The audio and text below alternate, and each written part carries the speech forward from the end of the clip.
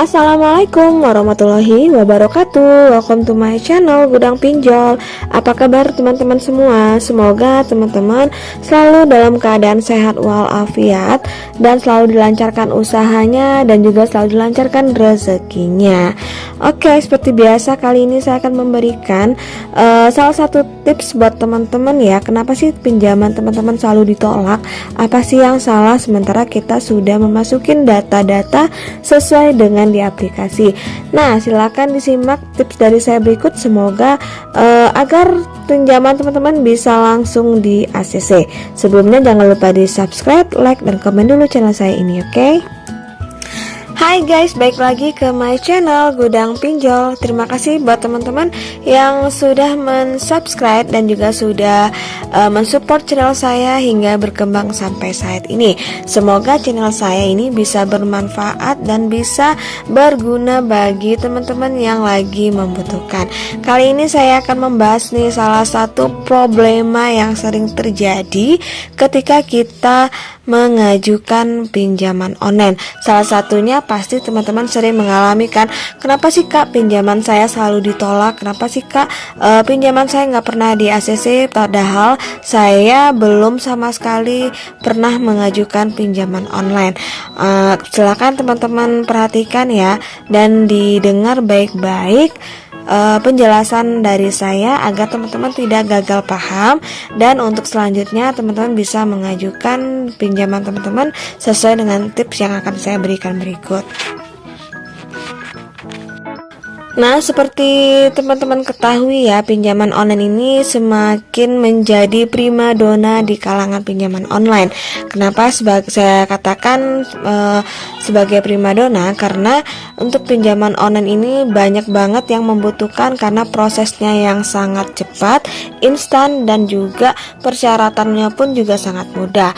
Dan untuk proses pengajuannya untuk pinjaman online ini pun juga sangat mudah karena hanya bisa mengajukan melalui ponsel saja, dan itu kita bisa mengajukan hanya dari rumah saja dan kita tidak perlu datang ke kantor cabang ataupun ke kantor pusat untuk mengajukan pinjaman online.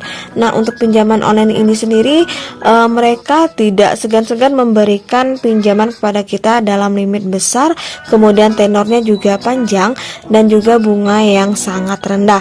Itulah mengapa pinjaman online bisa menjadikan solusi bagi kita yang lagi membutuhkan dana dalam keadaan darurat. Namun yang perlu teman-teman ketahui, tidak semuanya pinjaman online itu ketika kita mengajukan pinjaman kita selalu di ACC. Bahkan ada yang memang belum pernah sama sekali minjam di pinjaman online, namun ketika mengajukan pinjaman pinjamannya tidak di ACC atau ditolak. Tapi ada beberapa sebab yang menyebabkan kenapa pinjaman kita itu selalu ditolak ya.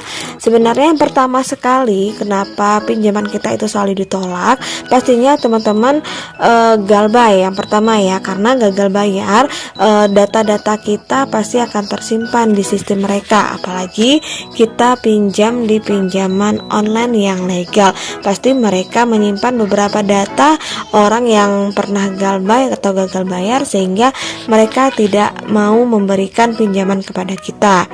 Beda halnya ketika kita minjam di pinjaman online ilegal, maupun kita galbay atau tidak, biasanya mereka meng-ACC pinjaman kita.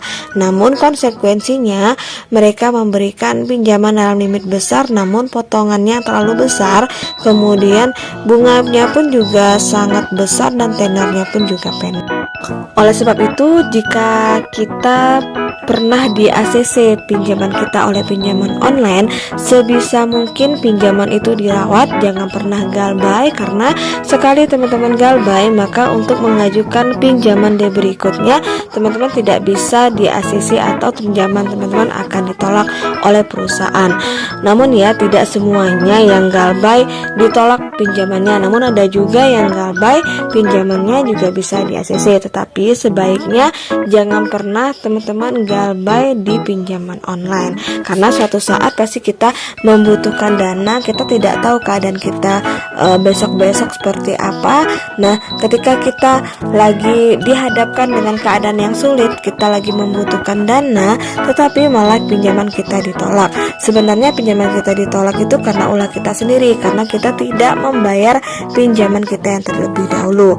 Pasti teman-teman tahu kan, jika kita berhutang, pastinya kita harus membayar hutang tersebut. Walaupun kita hanya membayar pokoknya saja, tetapi yang namanya hutang memang harus dibayar. Nah, yang kedua yang bisa saya kasih tips untuk teman-teman, gunakanlah nomor handphone yang aktif. Karena ketika kita ingin mengajukan pinjaman online, mereka meminta nomor handphone kita untuk Nah, gunakan nomor ponsel yang aktif, karena jika kita ingin mendaftarkan atau membuat akun untuk pinjaman online tersebut, mereka membutuhkan nomor ponsel yang aktif untuk mereka mengirimkan kode OTP-nya melalui SMS ataupun WA ke kita, sehingga proses pendaftaran akun kita berhasil. Nah, sebab itulah kenapa selalu saya mengingatkan jangan pernah menggunakan nomor handphone yang tidak aktif, karena kita untuk meloginnya pun kita menggunakan nomor ponsel yang sudah kita verifikasi tadi, kemudian baru kita dilanjutkan untuk membuat password. Nah, yang ketiga, yang tips yang akan saya berikan kepada teman-teman, yang pertama menggunakan data yang sebenarnya atau data yang asli seperti eKTP ya. Pastinya setiap pinjaman online itu mereka membutuhkan eKTP kita menjadi syarat utama untuk kita mengajukan pinjaman online. Seperti kita memfotokan eKTP yang asli dari ponsel atau dari aplikasi yang kita gunakan. Oleh sebab itulah difotokan terlebih dahulu eKTP kita yang asli, sehingga data-data kita bisa dibaca oleh. Nah, selanjutnya yang perlu teman-teman ketahui adalah tentang pekerjaan kita ya. Nah, di kolom aplikasi itu pasti ada mereka meminta pekerjaan kita apa, kemudian gajinya berapa, dan juga tanggal berapa kita menerima gaji. Ini sangat penting sekali karena mereka bisa mempercayai pinjamannya kepada kita dengan melihat penghasilan kita setiap bulan. Jika kita memiliki pekerjaan tetap dan juga memiliki penghasilan yang besar, maka pihak perusahaan tidak segan-segan memberikan pinjaman kepada kita, dan sehingga pengajuan kita bisa di ACC langsung oleh perusahaan, karena mereka mempertimbangkan dari gaji yang kita terima setiap bulannya dan juga pekerjaan tetap yang sudah kita cantumkan di dalam aplikasi. Nah, selanjutnya yang perlu diperhatikan adalah nomor kontak darurat ya. Di sana juga kita mengisi nomor kontak darurat. Nomor kontak darurat ini juga menjadi salah satu hal yang terpenting bagi perusahaan untuk memberikan kita pinjaman. Karena kita biasanya banyak sebagian orang itu memberikan nomor kontak daruratnya yang tidak aktif atau yang asal-asalan. Karena mereka walaupun tidak mereview ataupun tidak maksudnya tidak memverifikasi secara langsung kepada kita, namun mereka tetap mengecek nomor ponsel yang sudah kita cantumkan di aplikasi, apakah nomor ponsel ini aktif atau tidak. Nah, di situ mereka melihatnya, apakah jika nomor ponselnya tidak aktif, mereka langsung mencoret ataupun menolak pinjaman yang sudah kita ajukan tadi.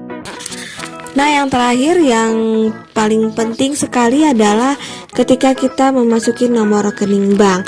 Untuk yang aplikasi pinjaman online sekarang ya, yang saya lihat setelah mereka mengupdate sistemnya, ketika kita memasuki nomor rekening, maka untuk namanya sudah terotomatis terisi sendiri ketika kita mengupload eKTP dan mengisi nama kita sesuai eKTP. Jadi secara otomatis namanya sudah tersistem di aplikasi. Jadi kita tidak bisa mengganti ataupun mengubah nama di nomor rekening. Yang bisa kita isi adalah nomor rekening kita dan juga jenis bank yang kita gunakan. Banyak sekali pilihan bank yang akan kita tujukan, dan yang perlu teman-teman perhatikan, isilah nomor rekening banknya dengan benar, jangan ada yang salah, karena ketika pinjaman kita di ACC tetapi nomor rekening kita salah, pinjaman itu tidak akan bisa masuk ke rekening kita dan statusnya bisa ditolak dan tidak disetujui oleh Oke guys, itulah informasi dari saya tentang tips-tips agar pinjaman online teman-teman bisa di ACC dan langsung disetujui oleh perusahaan. Semoga informasi dari saya ini bisa bermanfaat bagi teman dan bisa digunakan oleh teman-teman yang ingin mengajukan pinjaman online. Akhir kata, wassalamualaikum warahmatullahi wabarakatuh.